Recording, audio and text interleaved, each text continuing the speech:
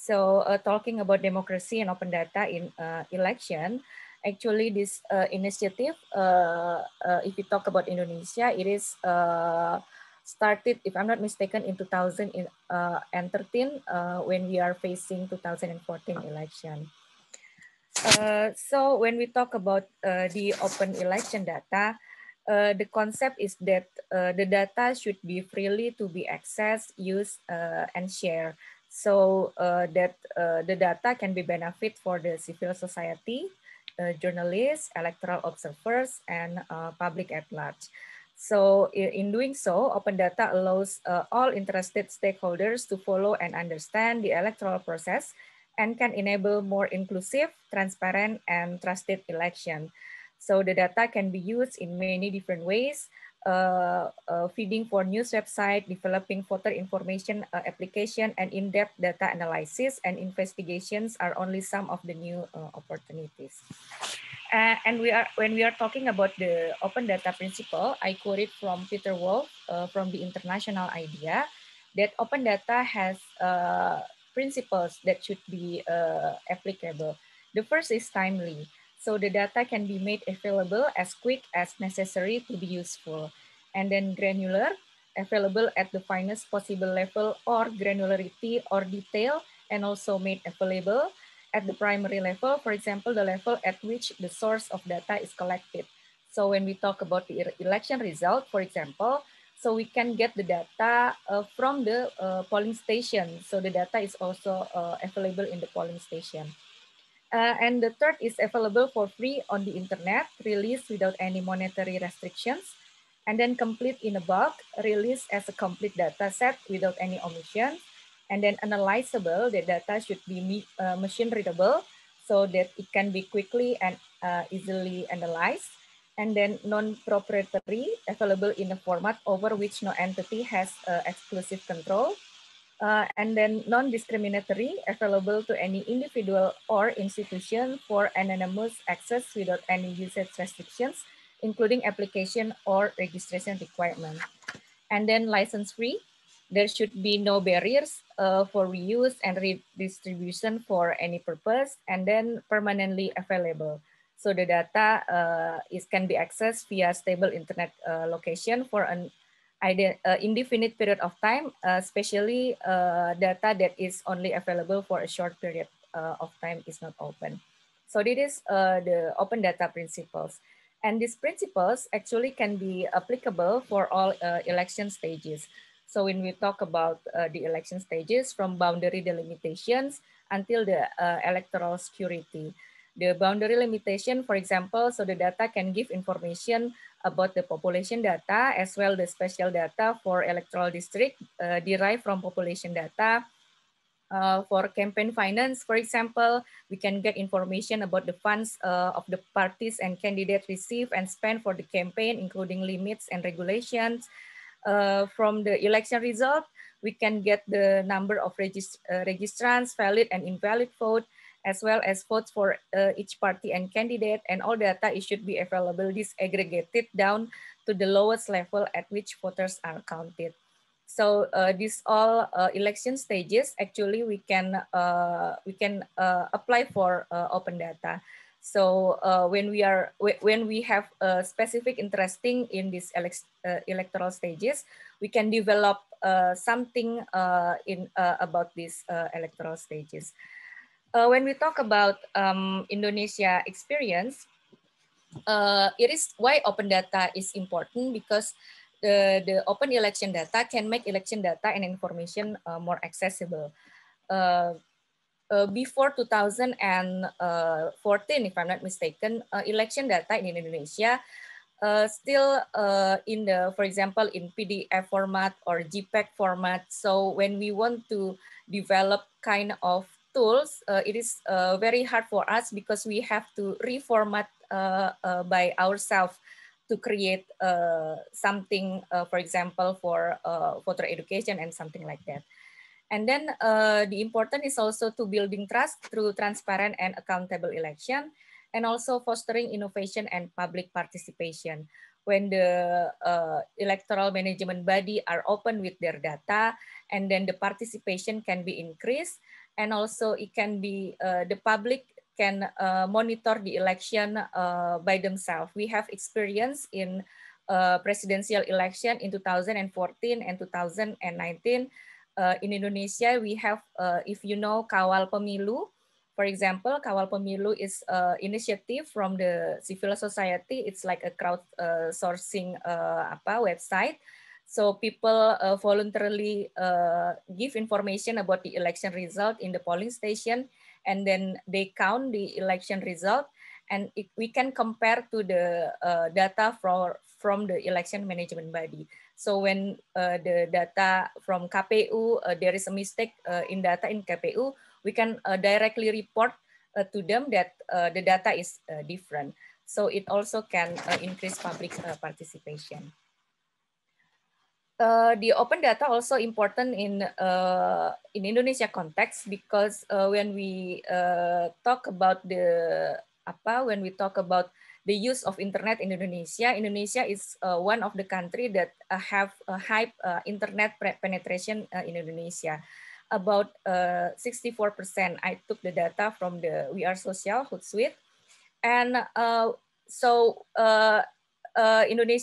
Indonesia election is also a very complex one, because when we talk about legislative election, we have 12 political parties, and then we have so many candidates, and it is sometimes it is difficult for the voters to know the background of the candidate, to know the background of the political parties. So we need something, we need tools for voter information, voter education that can be accessed easily.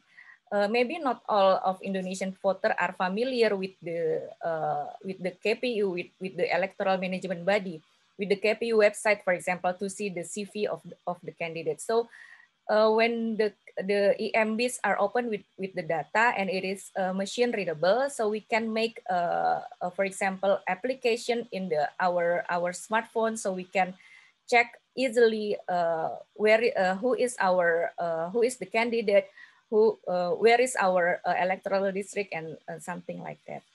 So it can be also easy way to make voter education or voter information if we already apply open data.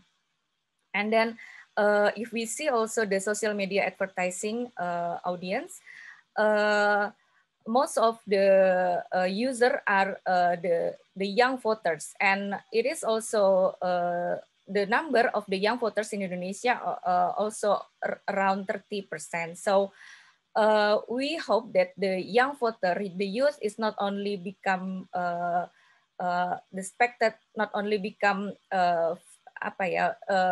only see the election, but they have to be involved in the election process. Pemilu, tapi mereka juga terlibat dalam pemilu secara langsung.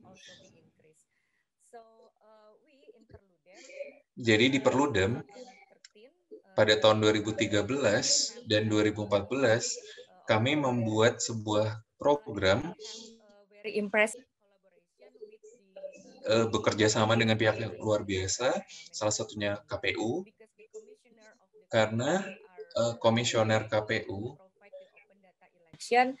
to make the election is can be more easily accessed to the public.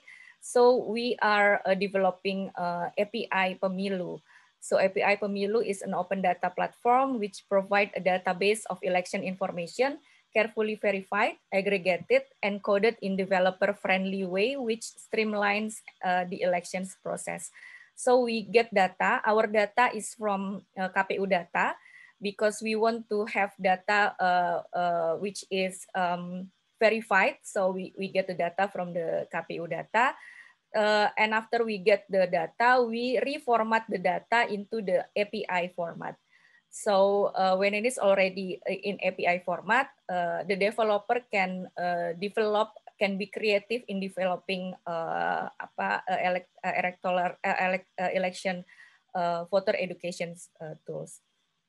In API Pemilu, we develop, for example, information about candidate that can be accessed through our smartphones, or we can make an electoral game so it can be fun if we talk about the election. Jadi kami juga bisa membuatnya sebagai permainan agar bisa menyenangkan buat pengguna. Jadi bukan hanya terkait dengan persaingan politik, tapi kami juga berusaha untuk bekerja dengan pengembang yang mungkin tidak pernah terkait dengan proses dari pemilihan itu sendiri. Dan ini semua bisa diakses lewat smartphone.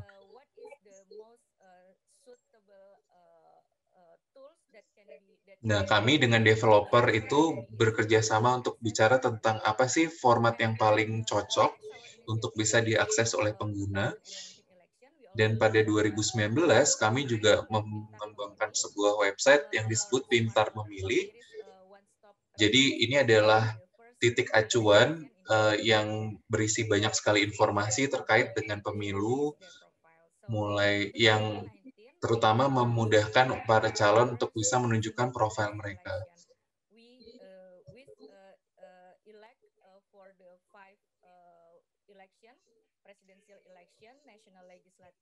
Jadi ini berfungsi untuk pemilihan presiden, legislatif daerah. Jadi banyak sekali calon dari banyak sekali partai politik dan pemilu bisa belajar tentang latar belakang orang-orang ini, apa visi misi yang mereka kawal, dan lain sebagainya.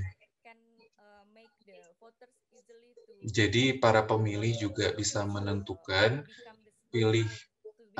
untuk bisa menjadi pemilih yang cerdas melalui informasi yang disajikan oleh website ini.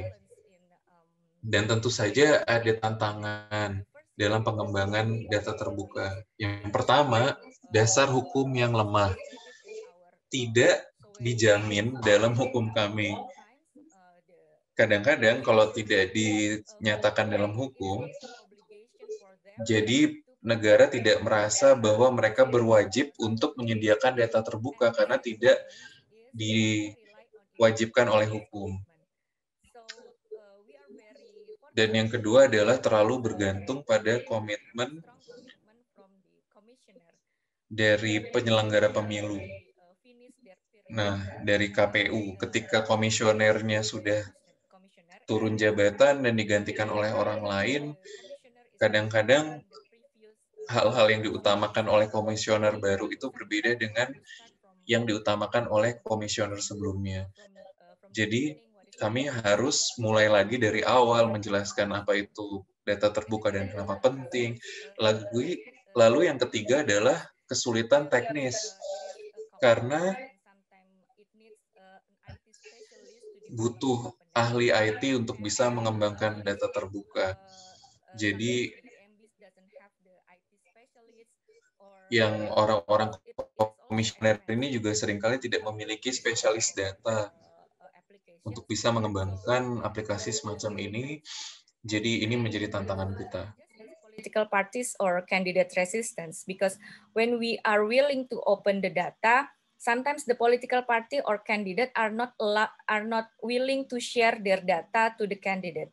They don't want their data to be published publicly. So the voters cannot get the information about the political party or the candidate. So these are the challenges that still facing in Indonesia election. But we are still promoting the open data because like we have discussed earlier in the beginning that it is important to have an open data in election because it can benefit a public at large, electoral observers, journalists, to develop to be the oversight of the election, so it can be we can promote the transparent election.